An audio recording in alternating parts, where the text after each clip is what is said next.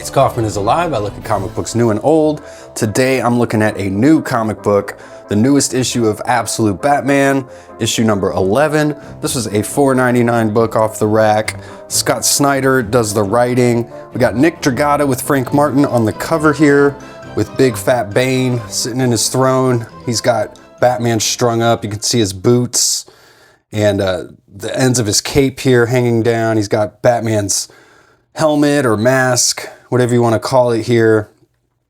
And you can barely see it, but Bane's symbol is behind the logo there, behind Batman's feet as well.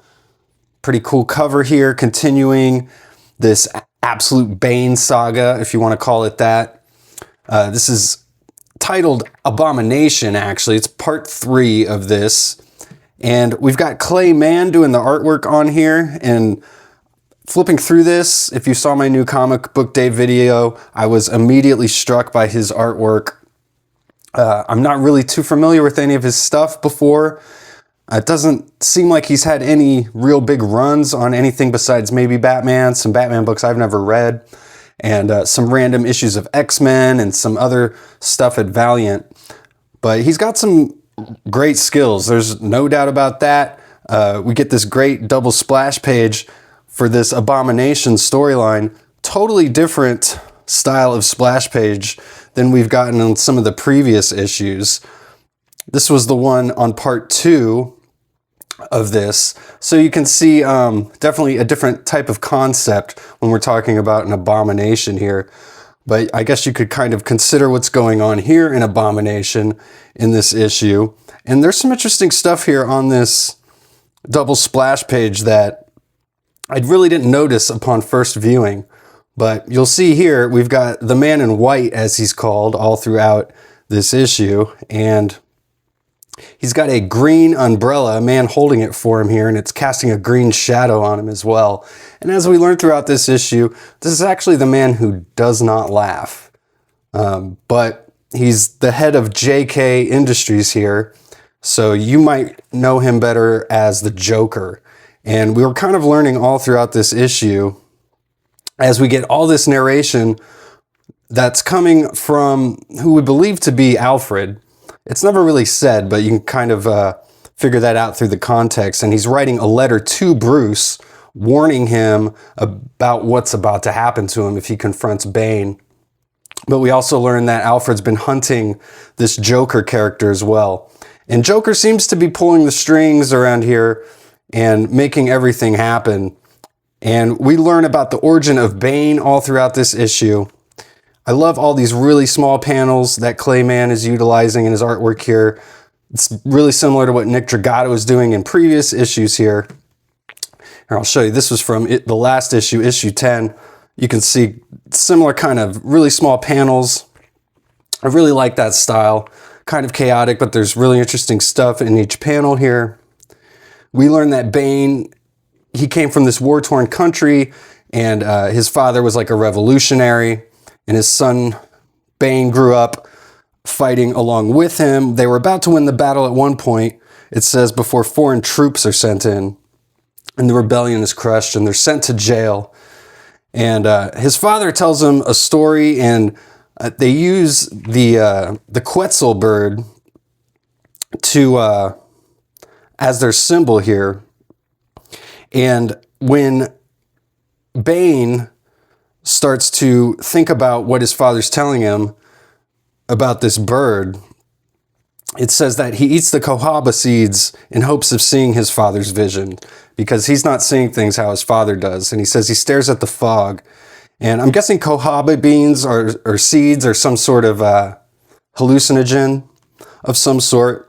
And it says, but instead of the Quetzal, he sees a terrible bird, white and burning, with a back like a skull, and he wakes screaming.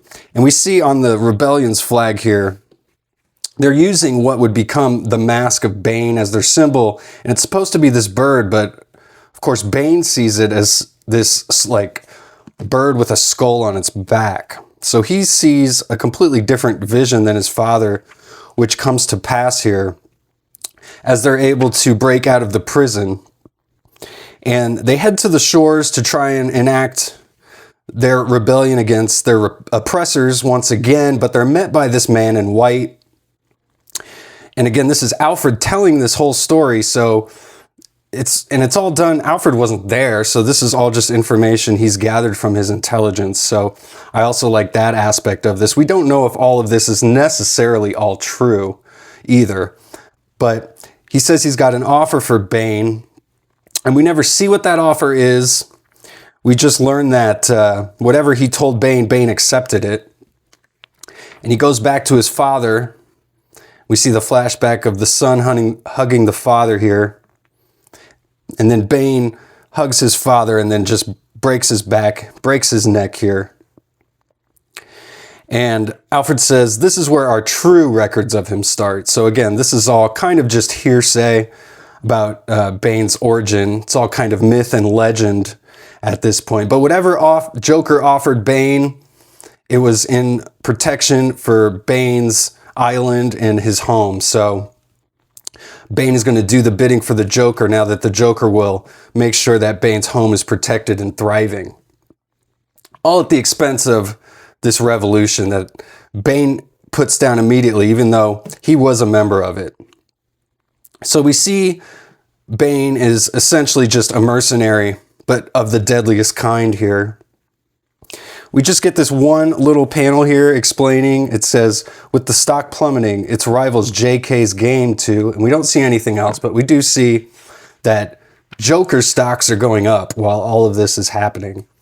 And we learn how Bane's powers work here, how he can control the venom when it flows into his body and control his muscles, and basically make his muscles and cells do whatever he wants, which is how he can grow so big.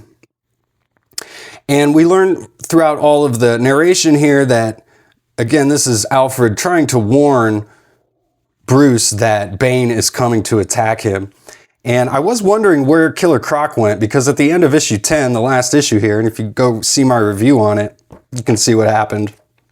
But we saw Bruce, he was riding Killer Croc here to get away from Bane. They were able to break out of the Arkham facility.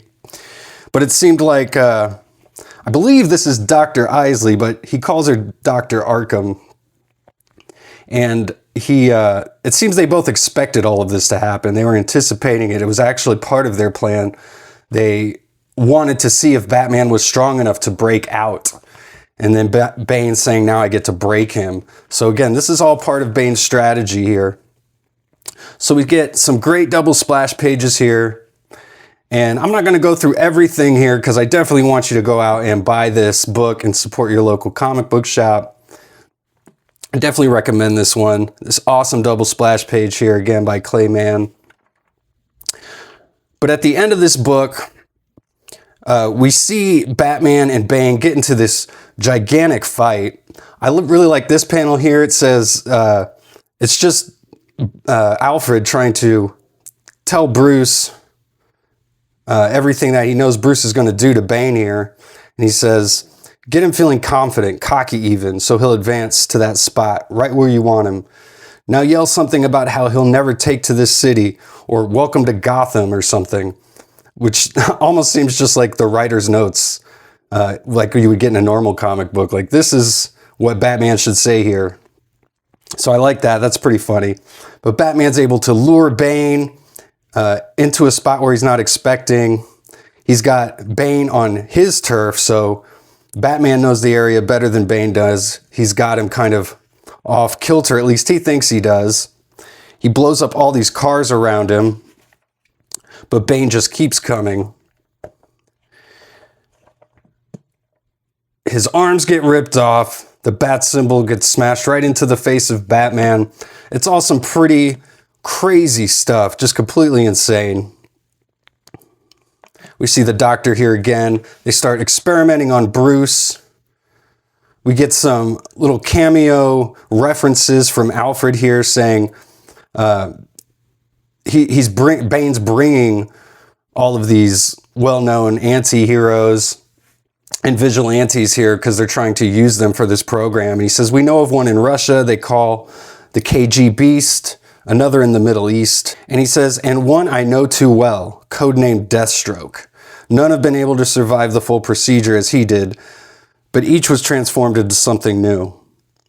So we see kind of Batman getting transformed here. I like how they're like implanting the red contact lens into the eye, which is what you see when Bane has the red eyes, which in like a 90s comic when Bane was created, they would just, draw characters and they'd have red eyes in their mask or whatever. No real explanation, but here they're actually giving like a completely sick explanation for why Bane might have red eyes.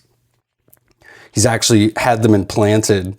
So this is where the book gets a little confusing. I'm not quite sure if anything that we just saw between this fight between Bane and Batman actually happened at all, because we see that Alfred is telling Bruce in this letter that Bane visits back with his family on the island, and they actually run to him when he comes home because they know even if they don't understand what he is or what he does, they know he has made this place thrive.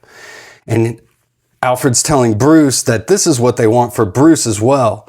They want him to be able to return home to Gotham and thrive. So this is what they do to him. Or at least maybe this is what they're planning to do to Bruce. Turn him into this giant killing machine that nothing can stop, creating law and order in Gotham, except it's going to be for JK Industries. But again, I don't know if this actually happens, because on the final page here, it says, but for it to work, you have to break, kid, or rather to choose to break like he did. And then he goes on, he says, you're still out there somewhere, unbroken, safe for now. I know it, and he knows it too. And then we see that Bane is actually coming after all of Bruce's friends here. So I kind of am confused here at the end if anything that we just saw happen to Bruce actually did happen, or it's about to happen, or maybe this is Alfred's warning and he doesn't know that it's happened yet, so we're seeing it from Alfred's perspective, but in the pages we're actually seeing it happen to Bruce. And then we're kind of flashing back to showing what happened before the transformation that Bruce goes through here. So I'm not really sure. A little confusing there at the end, probably purposefully, but I definitely recommend this issue. Go check it out. The artwork is fantastic, even if the story's a bit confusing, but the writing is really good. So some high quality stuff here from Absolute Batman. Definitely go check it out. Go check out my other reviews too. I've got over 700 full length and shorts on my channel, so go check them all out. And I'll see you guys on the next one. Go read comics.